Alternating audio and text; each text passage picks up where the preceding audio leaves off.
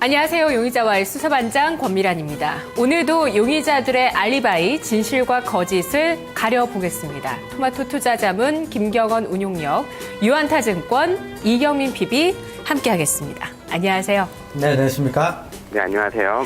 네, 오늘의 새 용의자 먼저 수배하겠습니다. 첫 번째 용의자, 바로 DHP 코리아. 두 번째 용의자, 서원인텍. 세 번째, 롯데 손해보험입니다. 새 용의자 중에서 첫 번째 용의자의 알리바이부터 들어보시죠. DHP 코리아. 봄과 함께 찾아오는 황사 미세먼지, 인공눈물주 관심을 가져보자.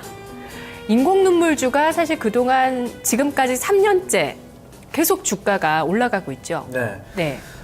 인공눈물주라고 하면 뭐 최근에 이제 황사가 좀 심화가 되면서 예전에는 이제 중국에서 황사가 좀 유입이 되면서 그쪽 관련해서 이제 테마로 뭐 오공 같은 업체들, 마스크 같은 업체들도 굉장히 단기적으로 좀 많이 올랐었던 부분들이 있는데 DHP 코리아 같은 경우는 뭐 실질적으로 그런 수혜도 충분히 받을 수 있는 업체입니다. 단순하게 이제 황사로 인해서 뭐 인공 눈물이 필요하다는 부분들은 아니지만 네. 그러한 부분들이 가미가 되면 오히려 뭐 스마트폰 사용 인구가 굉장히 좀 늘어나고 있고 현대화가 되면서 눈이 굉장히 좀 필요하신 분들이 굉장히 좀 많아서 인공 눈물이 실질적으로 성장한 부분들이었고 이제 황사 관련해서도 좀 성장을 할 수가 있는데 실질적인 이제 증거를 좀 찾아보면 우선은 국내 이제 안구 건조증 치료제 시장의 추이를 한번 좀 살펴보는 것이 가장 중요할 것 같습니다.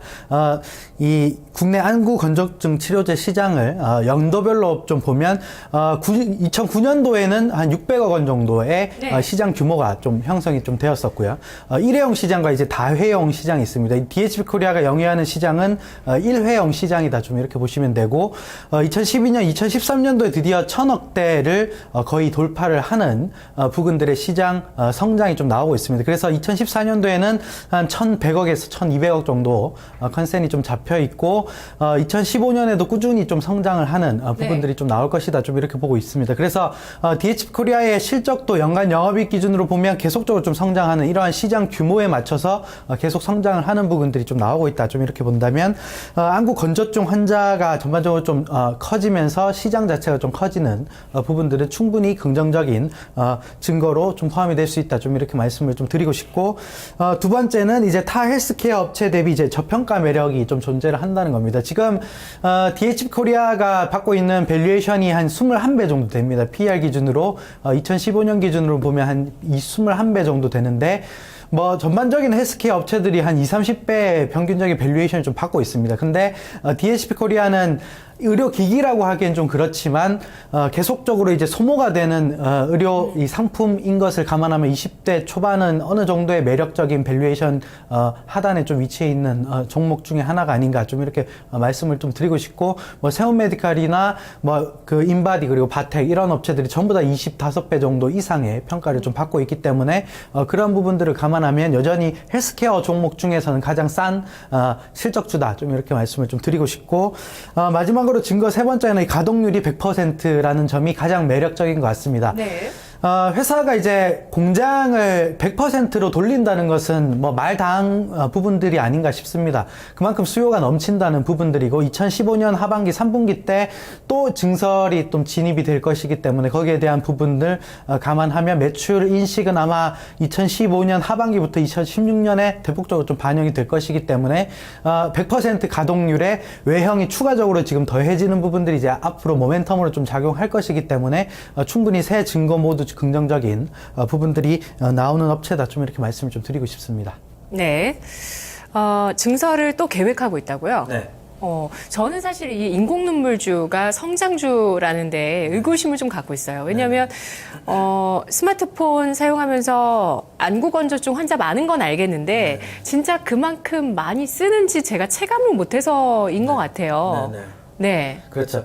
근데 실질적으로 이제 안과에 가보면 네. 이 인공 눈물제가 굉장히 많이 그 라인업이 그 회사마다 굉장히 좀 많이 이 신제품을 좀 내놓고 있습니다. 특히나 알콘이라는 회사가 이제 인공 눈물에서는 가장 점유율이 큰 업체인데 그 업체의 물량을 이제 휴온스라는 회사가 담당을 좀 하고 있고 DHP 코리아 같은 경우도 뭐 한림제약과 더불어서 자체 이 신제품을 내면서 이제 출시를 좀 하고 있는데 2위 업체인가요? DHP는? DHP는 단순하게 보면 한 3위 정도 할 겁니다. 왜냐하면 수탁 물량으로 해서 받아가는 업체이기 때문에 순수하게 1위라고 본다면 이제 알콘사를 납품을 하고 있는 휴온스라는 업체가 1위라고 좀 보시면 되겠고 수탁해서는 거의 1위 업체다 좀 이렇게 보시면 될 것 같습니다. 그래서 전체적으로 시장 규모가 계속 커지는 부분들이 있기 때문에 제약사들마다 전부 다 지금 신제품을 좀 런칭을 하면서 나타내고 있는 부분들이 있기 때문에 수요가 올라오면 공급이 따라져 오는 부분들의 시장이 점점 커나가는 게 실질적으로 뭐 쓰는 사람들과 더불어서도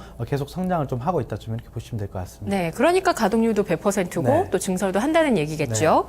진입 장벽이 있나요? 이 인공 눈물? 인공 눈물을 생산하는 것은 특별하게 기술적인 이 진입 장벽은 없습니다. 근데 가장 중요한 건 이제 생산 관리라고 좀 보시면 되는데 이게 인체에 들어가는 제품이기 때문에 균 관리가 가장 중요하다고 보고 그래서 이제 DHP 코리아는 휴온스 같은 경우도 균 관리에서는 굉장히 세계적으로 좀 인정받는 부분들이 좀 있기 때문에 그런 부분들을 좀 진입 장벽으로 또 본다면 또 그렇게도 해석할 수 있다. 좀 이렇게 보시면 될 것 같습니다. 네, 이경민 PB님. 지난 2013년도부터 해서 주가가 4배 넘게 올랐습니다. DHP 코리아. 자, 그가 말하는 알리바이 어떻게 보시죠? 네, 우선은 뭐 저도 그 앞서서 전문가님하고 굉장히 비슷한데요. 첫 번째 그 공장 가동률이 100%가 넘어간다는 부분, 이 부분이 굉장히 좀 매력적인 것 같습니다. 지금 저희 수사 반장님께서 그 체감을 하지 못한다라고 했는데 제가 주로 쓰는 이쪽 그 지금 보이시나요? 이 부분이 일회용 그 인공 눈물이고요. 이 부분이 그 생각보다 많이 사용을 하고 있습니다. 꼭 안구 건조증 환자뿐만이 아니라 라식이나 라섹을 하셨던 분들, 그리고 컴퓨터 앞에 장기간 좀 앉아서 업무를 하시는 분들은 굉장히 눈이 좀 많이 빡빡하고 그래서 안과를 가는 여러 가지 그런 그 안과를 그렇게 멀리 하지 않고 좀 자주 가는 편이거든요. 저도 눈에 염증이 좀 자주 나서 안과를 자주 가는데 이쪽 인공 눈물은 뭐 그렇게 가격이 비싸지도 않고 이렇게 넣으면 굉장히 좀 편하기 때문에 예, 지금 굉장히 뭐 제 주변에서 좀 많이 활용을 하고 있고 그래서 좀 되는 시장이다라고 보고 있고요. 그쪽에서 지금 일단 그 DHP 코리아 같은 경우는 공장률 100%를 상회하고 있다라고 하는 부분이 제일 큰 그런 매력이다라고 좀 볼 수 있고요. 또 두 번째로 3분기 안에 그 라인업이 예정이 되어 있습니다. 라인 같은 경우는 뭐 지금 같은 부분은 좀 들어가 있고 이게 3분기부터 실적이 나온다라고 하면 지금 공장 가동률 100%를 넘어가는 시점에서 바로 매출로 그리고 실적으로 이어지기 때문에 뭐 상당히 큰 모멘텀을 가지고 있다라고 볼 수 있습니다. 뭐 세 번째로 이쪽 DHP 코리아 같은 경우는 굉장히 좀 그 저평가를 받았었는데 저평가를 받았던 이유가 그 내수 시장에 좀 많이 한정이 되어 있다. 수출을 많이 못했던 그런 기업이기 때문에 이런 부분으로 인해서 저평가 요인 중에 하나였었는데 이유 쪽에서 하는 그 GMP 쪽 그 인증을 허가를 득하게 된다라고 하면 해외 쪽으로 매출이 더 추가적으로 늘어날 수 있기 때문에 저평가를 받았던 그런 구간이 해소될 수 있는 그런 시점이다라고 보여지고 있습니다. DHP 코리아의 지금 같은 부분은 굉장히 좀 매력이 있다라고 보여지고 있고요. 오늘 같은 경우도 좀 주가는 굉장히 좋게 반영을 하고 있다라고 보여집니다. 네, 그 아까 보여주신 물증, 그 인공 눈물 일회용 그거 얼마예요? 이게 그 한 통에 한 20개 정도 들어 있고요. 약국에서 처방을 받으면 그 몇천 원 안 하는 걸로 저는 알고 있어요. 그래서 이런 거 한 박스 뭐 100개 정도 사는데 5,000원에 6,000원 정도였던 걸로 기억하고 있습니다. 네, 알겠습니다. 비싸진 않군요. 과연 DHP 코리아 앞으로도 성장주로서 시장에서 알리바이가 통할 수 있을지 수사 결과 정리하겠습니다. 현재 공장 가동률이 100%이고요. 앞으로 증설까지 필요할 정도로 현재 수요는 많고 공급은 부족한 측면이 있습니다. 시장은 점점 더 커져 나가고 있는 구간이고요. 더불어 봄이 오기 전에 이미 지금 황사가 또 문제가 되고 있는데요. 이러한 계절성까지 최근에 주가는 신고가를 한번 기록했다가 약간 밀려나 있는 모습이고요. 오늘은 4% 상승해서 16,600원입니다. 추가적인 상승 두 수사관 모두 제시하면서 오늘 DHP 코리아 석방을 이야기하고 있습니다. 석방하겠습니다.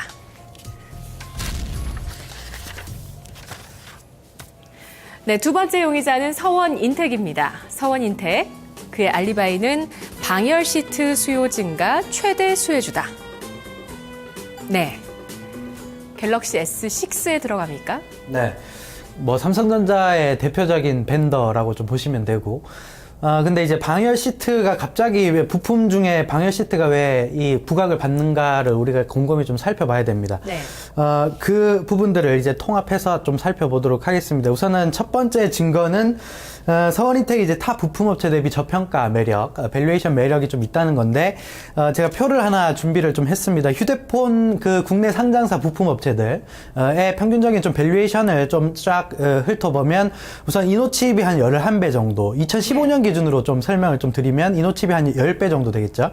10배 정도 되고, 아모텍이 최근에 뭐 NFC 네. 모멘텀을 좀 받아서 19배 정도, 그리고 다른 업체들은 한 8배에서 9배, 평균적으로 보면 한 10배 정도 평균적으로 좀 받고 있고, 서원인텍 같은 경우는 2015년 예상 영업이익이 거의 한 350억 원대 정도이기 때문에 밸류에이션으로 산정해보면 한 7.6배 정도 됩니다. 그렇게 되면 평균적인 업종 평균 대비해서는 저평가 매력이 충분히 존재를 한다. 좀 이렇게 보셔야 되고, 물론 뭐 이노칩이나 아모텍, 뭐 세코닉스 전부 다 같은 부품을 생산하는 업체들은 아니지만 기관 쪽에서 자금을 집행할 때 평균적인 밸류에이션을 보고 자금이 집행되는 부분들이 있기 때문에 그 부분들을 감안하면 평균 10배 대비 한 8배 정도의 수준은 크게 부담이 없는 주가 수준이다. 좀 이렇게 말씀을 좀 드릴 수가 있을 것 같고, 그리고 두 번째 증거를 가장 좀 중요하게 보셔야 될 것 같은데, 올해 이제 방수 방열 제품이 굉장히 좀 확대가 될 겁니다. 이유는 우선은 메탈 케이스 기반의 삼성전자 휴대폰이 이제 메탈 케이스를 많이 채용을 할 겁니다.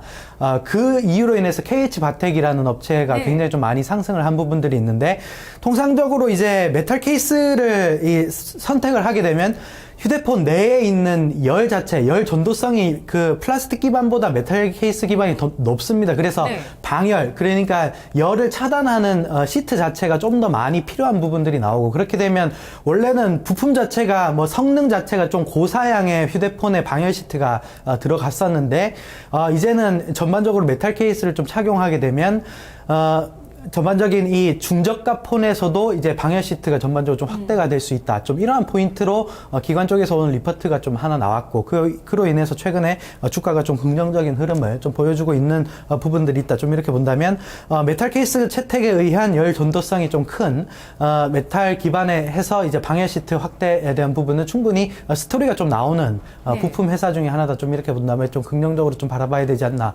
좀 이렇게 말씀을 좀 드리고 싶습니다. 네. 석방인가요? 네, 위원님? 저는 석방입니다. 네.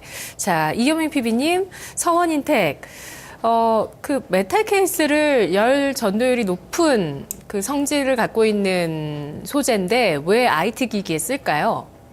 네, 우선은 뭐 디자인이나 이런 부분도 있고요. 굉장히 좀 많이 가볍습니다. 그런 부분 때문에 좀 메탈 케이스를 많이 활용을 하는 그런 부분이 있고요.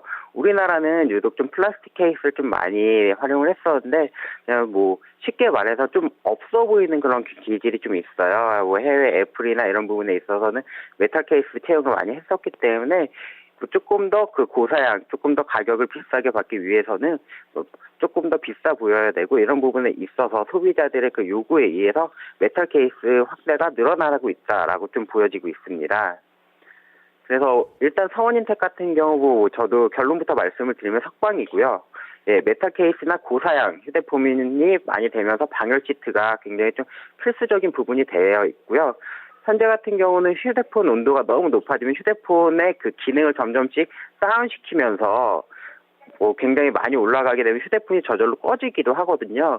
그래서 이런 부분에 있어서 굉장히 조금 그 휴대폰 그 제조사와 그 유저 간에 조금 그 알력이 있어요. 이런 부분을 조금 더 많이 낮춘다라고 하면 휴대폰을 오래 쓸 수 있지만 휴대폰의 그 뭐 주된 기능을 사용하지 못할 수가 있고, 또 이런 부분을 또 굉장히 좀 높여서 굉장히 많이 높은 온도에서 꺼지게 만들거나 아니면 높은 온도에서부터 다운시키게 만들어 놓으면 휴대폰의 기능적인 부분은 굉장히 많이 사용을 하겠지만 휴대폰의 그 수명은 단축된다는 이런 부분이 있거든요. 그렇기 때문에 어쩔 수 없이 단열 시트가 많이 늘어날 수밖에 없는 그런 부분인 것 같습니다. 동사에서 만든 단열 시트는 그 그래파이트라고 해서 그 동과 같은 열 전도율을 가지고 면 쪽으로 이렇게 많이 전도를 시켜서 열을 완전히 차단하거나 이런 부분이 아니라 골고루 넓게 퍼뜨려서 그 온도를 떨어뜨리고 더 빨리 좀 식을 수 있게 만드는 그런 시트고요. 이런 부분이 뭐 동사의 그 매출 비중으로 놓고 본다라고 하면 휴대폰 부품 쪽에서 한 65%, 그다음 통신 쪽에 35% 정도가 나오고 있는데 65%의 매출 중에서 50% 이상이 방열 시트에서 나오고 있기 때문에 앞으로는 더 큰 기대를 할 수 있다라고 좀 판단 들고 있습니다. 또 더불어서 뭐 이쪽에서 한 발짝 더 나간다라고 하면 웨어러블 기기들이 뭐 최근에 좀 많이 아직 시장이 이루어지진 않았지만 많이 각광을 받고 있는데 당연히 이런 웨어러블 기기에서도 당연하게 뭐 방열 시트나 아니면 방수 시트가 당연히 있어야 된다라고 보고 있고요. 동사의 사업성에 있어서는 성장하고 있는 시장에 좀 적합한 그런 회사다라고 보여지고 있습니다. 또 더불어서 3월 2일 날 WMC라고 하죠. 뭐 모바일 월드 콩쿨인가 이런 부분이 있는데 이런 부분 관련돼서 IT 부품주들 오늘 아모텍도 굉장히 좋은 흐름 보이고 있는데 동사도 같이 수혜를 입을 수 있다라고 좀 판단 들고 있고 이런 부분으로 인해서 조금 더 좋은 흐름을 기대할 수 있다라고 판단하고 있습니다. 수사 결과 정리하겠습니다. MWC 3월 초, 3월 2일 그 일정을 앞두고 IT 부품주의 흐름 상당히 양호할 것으로 예상이 되고 있는데요. 그중에서 오늘 서원인텍 알아봤습니다. 메탈 케이스 채용이 점차 확대되고 있습니다. 이 가운데 메탈 케이스를 만드는 업체뿐만 아니라 여기에 들어가는 필수 부품 소재들도 각광을 받고 있는데요. 방열 시트를 만드는 서원인텍. IT 부품주의 비수기라고 할까요? 부진했던 시기 2012년, 13년도에도 주가가 상승했고요. 이후는 횡보하고 있습니다. 전고점 돌파 시도를 하고 있는데요. 추가적인 상승 여력을 내다보고 있습니다. 오늘 두 분 모두 석방 의견을 주셨네요.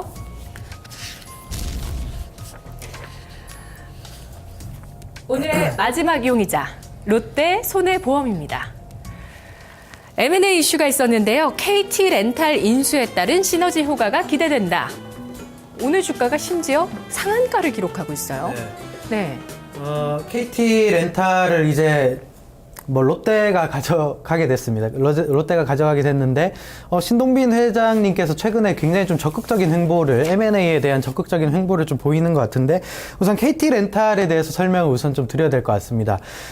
렌터카, 우리나라 국내 시장에서 KT 금호 렌터카, 예전에 2010년도에 이제 금호 렌터카를 인수를 했기 때문에, 이쪽에 점유율을 한 26% 정도 가지고 있고, 2위가 이제 AJ 렌터카가 이제 13%의 점유율을 좀 가지고 있습니다. 그 밑에는 이제 현대캐피탈이 9% 정도 시장 점유율을 좀 가지고 있는데 굉장히 좀 알짜배기 회사입니다. 작년 기준으로 매출이 한 1조를 넘어섰고 영업이익 같은 경우는 지금 1,000억 원을 넘어선 것으로 지금 파악이 됩니다. 그렇게 되면 뭐 시장에서 거의 100% 인수가가 거의 한 1조가량 배팅이 됐다 이런 얘기가 많이 나오고 있는데 그만큼 적절하게 가격을 제시를 해서 한 1조 정도면 전 충분히 매력적인 가격이라고 좀 생각을 하고 있고 KT 렌터카 같은 경우는 카 쉐어링 업체도 지분을 좀 가지고 있는 업체이기 때문에 굉장히 좀 양질의 회사인데 우선 롯데 손해보험이 갑자기 오르는 이유는 이제 롯데 계열사 특히 이 차보험과 보험사 손해보험과 렌터카 업체들의 시너지를 좀 기대를 할 수 있는 부분들이 좀 있기 때문에 오늘 상한가에 좀 진입한 부분들인데 증거 첫 번째는 KT 렌터를 전반적으로 좀 인수를 하게 되면 롯데 손해보험과의 차 보험 관련 시너지가 충분히 나올 수 있다라고 생각을 하기 때문에 이쪽은 충분히 긍정적인 모멘텀이지 않을까 좀 이렇게 말씀을 좀 드리고 싶고 두 번째 증거는 좀 다소 좀 부담스러운 부분이지만 이제 실적을 좀 체크를 좀 해드리도록 하겠습니다. 롯데 손해보험 같은 경우는 이제 손해보험을 좀 영위하고 있는 업체 중에 하나인데 타 이제 손해보험 업체와는 좀 다른 부분들은 뭐냐면 롯데 계열사 직원들을 중점적인 고객을 통해서 통해서 이제 손해보험을 좀 판매를 하는 업체입니다. 그래서 매출로 보면 굉장히 좀 큰 매출을 좀 차지하고 있습니다. 2조 원대 연간 별도 기준 매출을 좀 차지하고 있는데 영업이익이 2013년도에 한 56억 원 정도의 영업이익밖에 내질 못했고 2014년도에는 한 69억 원 정도의 영업이익을 시현을 했습니다. 뭐 영업이익 규모로 보면 매출 규모로 보면 굉장히 좀 작은 영업이익을 좀 시현을 했었고 그리고 순이익을 보면 2013년도에는 적자를 좀 기록했었던 부분, 그리고 2014년에는 한 49억, 그리고 작년에는 한 49억, 그리고 가장 최근 연도에는 47억 정도 순이익을 좀 기록했습니다. 순이익도 뭐 큰 순이익을 기록하는 회사는 아니기 때문에 매출 대비해서는 이익률이 굉장히 좀 작은 회사다. 그만큼 비용이 많이 들어가는 사업 구조를 좀 가지고 있는 회사다. 좀 이렇게 본다면 첫 번째인 이제 KT 렌탈에 대한 시너지는 충분히 긍정적일 수 있다. 좀 이렇게 보고 있고, 두 번째는 이제 실적에 대한 부담은 다소 좀 존재를 한다. 좀 이렇게 생각을 좀 하고 있어서 위험 종목으로 우선은 넣어드렸습니다. 네. 금융위기 이후에 계속 주가가 부진했어요. 이 네. 기업 같은 경우에. 네. 워낙 실적도 뒷받침이 안 됐고요. 부진했던 측면이 있었기 때문에 오늘 M&A 모멘텀 아주 획기적이고 짜릿하게 반영이 되고 있는 것 같아요. 이경민 PB님. 자, 과연 추가적으로 또 이 알리바이가 통할 수 있을지 수사 간단하게 진행해 주시죠. 예, 뭐 간단하게 결론부터 말씀을 드리면 저도 좀 동일하게 위험이다라고 좀 판단을 하고 있습니다. 그 부분에 있어서 이번에 인수하게 되는 금액이 한 1조 원 정도의 예상이 1조 원 정도로 알려져 있는데, 기존에 나왔던 부분은 7천억에서 한 9천억 정도 수준으로 다소 좀 과하게 인수하는 부분이 아닌가라는 우려도 없지 않아 있습니다. 뭐 KT 같은 부분에 있어서는 FIG 콜옵션으로 부과했던 그런 부분까지 플러스가 돼서 뭐 덩달아서 5천억 이상의 그 이익을 챙겨가긴 하지만 조금 인수 가격이 너무 높다. 따라서 뭐 승자의 저주나 이런 부분이 뭐 다시 한번 이야기 나올 수 있다라고 좀 보여지고 있고요. 기존 사업 부분하고 시너지 여부도 분명히 확인이 필요하다라고 보고 있습니다. 뭐 모든 그 그룹사 그렇지만 롯데그룹은 특히나 그 영업이익이나 이쪽에 많이 박한 그런 부분으로 알고 있거든요. 뭐 시장에서 일반적인 그런 부분이고 재무적인 부분이 굉장히 까다로운 그런 부분으로 알고 있어서 과연 이쪽 KT 렌탈하고 가져가서 타 그 그룹사를 조금 더 배불릴 것인가, 아니면 롯데 순보가 뭐 더 좋아질 것인가라고 하는 그런 부분에 있어서는 제가 보기엔 분명히 좀 판단이 필요하다라고 보여지고 있습니다. 그래서 오늘 상한가 진입을 하고 또 매수 잔량이 그렇게 많이 쌓였다가 지금 좀 많이 해소가 되고 있는데, 이런 시점에서 매매하기는 굉장히 까다롭다라고 보고 있고요. 개인적으로는 좀 많이 체포하고 싶은 그런 종목이나 오늘 첫 상한가를 갔기 때문에 흐름은 조금 지속될 수 있다라는 관점으로 위험 쪽으로 분류를 해봤습니다. 네, 롯데손해보험 수사 결과 정리하겠습니다. 바로 2008년도에 주가가 17,000원대에서 4,000원대까지 내려가기도 했었는데요.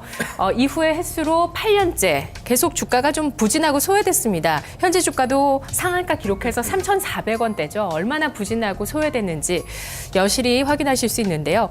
일단 M&A 이슈가 떴지만 기존의 본업이 부진하고 또 인수금액 자체도 조금 좀 부담스러운 측면이 있다는 지적, 또 상한가에 진입했다는 측면까지 해서 검거될 뻔한 위험으로, 첫 번째 상한가이기 때문에 위험으로 분류합니다. 이렇게 해서 오늘 DHP 코리아, 서원인텍 석방됐고요. 롯데손해보험만 위험으로 분류를 해드렸습니다. 자, 그러면 이 중에서 가격 전략 제시해 주시죠.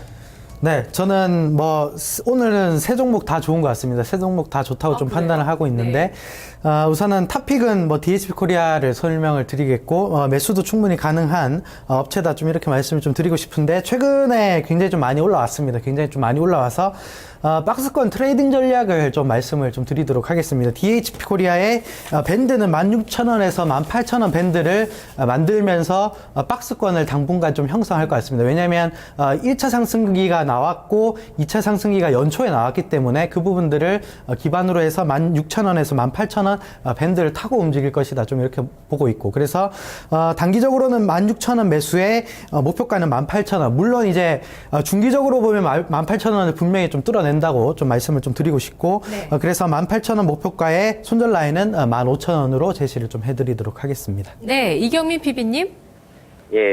저도 오늘 DHP 코리아나 서원인텍 굉장히 좀 좋게 보고 있는데요. 제가 보고 있는 종목은 서원인텍입니다. 예, 최근에 뭐 굉장히 좀 가파른 속도로 올라오고 한 일주일 정도 지금 쉬었다가 또 다시 오늘 랠리를 펼치려고 하는 움직임을 좀 확인은 되고 있습니다. 거기다 또 그 WMC 같은 그런 그 이벤트도 준비되어 있기 때문에 지금 자리에서 한 달에 한 번 더 튀어줄 수 있다라고 좀 보고 있고요. 매수가는 뭐 고민하지 말고 오늘 5일 정도의 그 횡보 구간을 좀 돌파하는 흐름이 나왔기 때문에 현재가 매수 추천드리고요. 예, 목표가는 2만 원 언저리, 정고점 수준, 뭐 단기적으로는 정고점 수준 정도 가면 매도하는 것도 나쁘진 않지만 2만 원 이상의 밸류는 받아야 된다라고 좀 보여지고 있습니다. 하지만 그 하락하게 된다라고 하면 뭐 14,000원 정도에서 잘라주고 다시 흐름을 살펴보는 게 좋을 것 같습니다. 네, 알겠습니다. 자, 오늘 짧은 손절가를 두 분 대체로 제시를 해주셨는데요. 서원인텍과 DHP 코리아의 전략이었습니다. 내일 뵙죠.